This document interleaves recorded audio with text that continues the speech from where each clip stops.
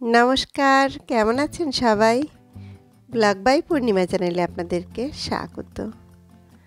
তো সকাল সকাল এখন ঘুম থেকে উঠে পড়লাম। উঠে এখন নিচে যাব, একটু নিচের গাছগুলোতে সব একটু জল দেব। আজ 2-3 দিন ধরে বেশ গরম পড়ে গেছে, খুব রোদের তাপ। তো টবের মাটিগুলো বেশ শুকিয়ে এসছে। তো এখন যদি রোজ জল না দেওয়া হয়, গাছগুলো কিন্তু একদম নেতিয়ে পড়বে। তো তার জন্য এখন যাই, নিচে জল দেব। জলটা দিয়ে এখন আমার আজ বাজার যেতে হবে। 2-3 দিন বাজার একদম নেই ঠিক মতন, তো বাজার করে নিয়ে আসতে হবে। সবজি মাছ কিছুই নেই। তো এখন একটু বাজার করতে যাব। তো আগে নিচের গাছগুলোতে একটু জল দিয়ে তারপর আমি যাব বাজার করতে। আজ আর উপরের ছাদে এখন আর যাব না, বাজার করে এসে তারপর যাব। তো দেখুন বাড়ির সামনে যে গাছগুলো রয়েছে, এই গাছগুলো বর্ষায় জল পেয়ে বেশ সুন্দর সতেজ হয়ে উঠেছে। এখন এই কয়েকদিন দেখছি রোদ পড়েছে প্রচণ্ড, তো রোদে মাটিগুলো শুকিয়ে এসছে। তো তার জন্য একটু গাছগুলো দেখছিলাম একটু ঝিমিয়ে গেছে। তো সকালবেলায় আজ ভাবলাম, না দেখুন এই যে পাতা, নয়নতারার পাতাগুলো কেমন কুঁচকে কুঁচকে গেছে, একদম একটুও জল নেই গাছের গোড়াতে। তো আজ ভালো করে একটু জল দিয়ে এখন ভিজিয়ে দিই। এই যে পুতুলিকার ভিতরে কি সুন্দর দেখুন পুতুলিকাগুলো ফুটেছে, আর এর মধ্যে ঘাস ভর্তি হয়ে রয়েছে। ঘাসগুলো টেনে টেনে একটু কিছু পরিষ্কার করে দিলাম। প্রত্যেকটা টবের মাটি এতটাই শুকনো হয়ে গেছে, যার জন্য গাছগুলো একটু ঢিমে হয়ে গেছে। তো এখন চলে এসেছি আমি গড়িয়া বাজার, গড়িয়া স্টেশনে আর কি। এখান থেকে আজ আমি এখন নেব কিছু আমার গাছের জন্য কিছু কলা। তো এখানে যে কলার দোকানগুলো আছে, ওনাদেরকে আমার বলা থাকে আমার জন্য যে কলাগুলো আর কি খারাপ হয়ে যায়, মানে খারাপ নষ্ট হয়ে যায়, সেই কলাগুলো রেখে দেয়। এগুলো আমি এখান থেকে নিয়ে যাই। তো বেশ কিছু কলা নিয়ে গেলাম আর কি। আর এখান থেকে একটু মাছ নেব। আজ আর বেশি মাছ কিনবো না, আজ আমি অল্প করে একটু চারাপোনা নিয়েছি আর চিংড়ি মাছ নিয়েছি। তো এটাই আজকে রান্না করব। বেশি মাছ নিয়ে ঘরে রেখে দিলে সেই তো আবার ফ্রিজে রাখতে হবে। তো দেখুন এটা একটা কচু, এটাকে আমরা বলি ঘটকচু বলি। তো এই কচুটা খেতে কিন্তু দারুণ লাগে। এই কচুটা ভালো করে এরকম চোকলাটা ফেলে তারপর গ্রেটার দিয়ে গ্রেট করে নেব। তারপর চিংড়ি মাছ দিয়ে শুকনো লঙ্কা রসুন ফোড়ন দিয়ে বেশ এটা রান্না করব শুকনো শুকনো করে, খুব সুন্দর লাগে খেতে।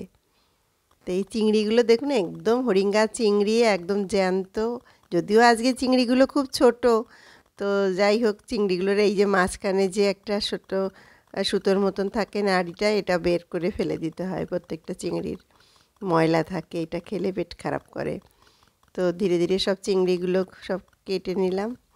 আর এই যে চাইনিজ বাম্বু যে ডাইনিং টেবিলের উপরে রাখি, এটাতে মাঝে মধ্যে একটু জল দিয়ে যদি না ধুয়ে দিই, তাহলে পাতাগুলোর মধ্যেও একটু ধুলোও পড়ে যায়।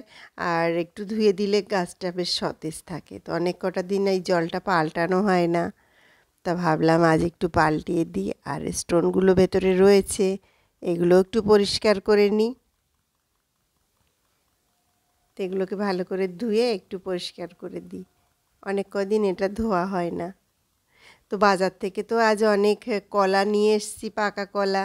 সেগুলো গাছের জন্য এগুলোটা শেষ করে এখন যাব এখন উপরে। তো চলুন এখন যাই আমরা উপরের দিকে, এটা রেখে এখন এই কলাগুলোকে নিয়ে এখন গাছের খাবারের জন্য এগুলোকে টুকরো টুকরো করে এখন কাটবো আমি। বেশ কিছু কলা নিয়ে এসেছি, আরও ছিল কিন্তু এতটা বেশি ভারী হয়ে যাবে, যার জন্য আমি আর আনলাম না, এইটুকুই নিয়ে আসলাম। তো এখন এগুলোকে আমি ছোট করে সুন্দর ছোট ছোট করে কেটে এই গামলার মধ্যে রাখছি। আর এগুলো আমি 4-5 দিন এটা আমি এখন জল দিয়ে ভিজিয়ে রাখবো। ভিজিয়ে রাখার পর তারপর এর সাথে আবার অনেকটা জল মিলিয়ে পাতলা করে তারপর সমস্ত গাছে দেব। এটা কিন্তু গাছের জন্য খুব ভালো খাবার। বাইরের অর্গানিক আমি সবসময় চেষ্টা করি গোবর সার, এই ধরনের কিচেন কম্পোস্ট এই পেঁয়াজের পাতা মানে পেঁয়াজের চোকলার যে জলটা, তারপর এই কলার মানে যে কলাগুলো খারাপ হয়ে যায় সেই কলাগুলো ভিজিয়ে তার জল দেওয়া, এই রকম খাবারই আমি গাছকে সবসময় দিই। বাইরের খাবারটা আমি খুব একটা দিতে চাই না। যতটা পারা যায় বাড়ির থেকে নিজেরা এইগুলো দেবেন, দেখবেন গাছও ভালো থাকে।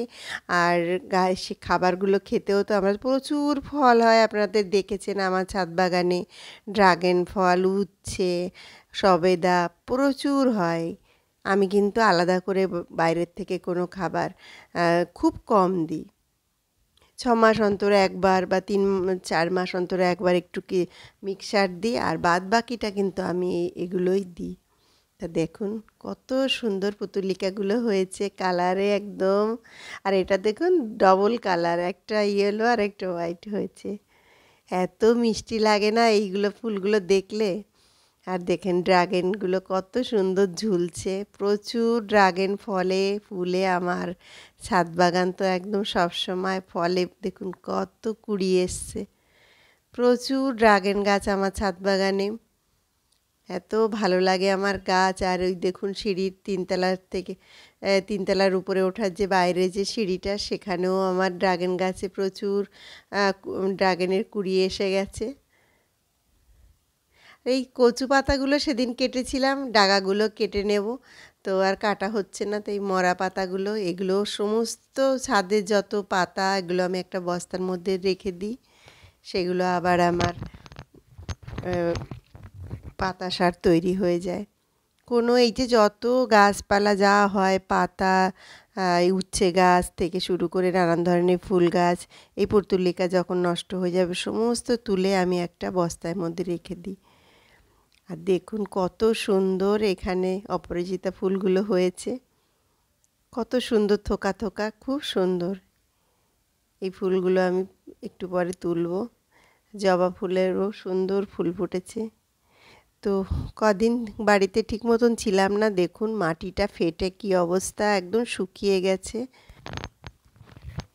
তো এই যে কচু শাকগুলো, এটা তো সেই লতির থেকে হয়েছে। আর এই কচু শাকের মধ্যে একটা উচ্ছের দানা বসিয়ে দিয়েছিলাম, কি সুন্দর গাছগুলো হয়ে উঠেছে দেখুন।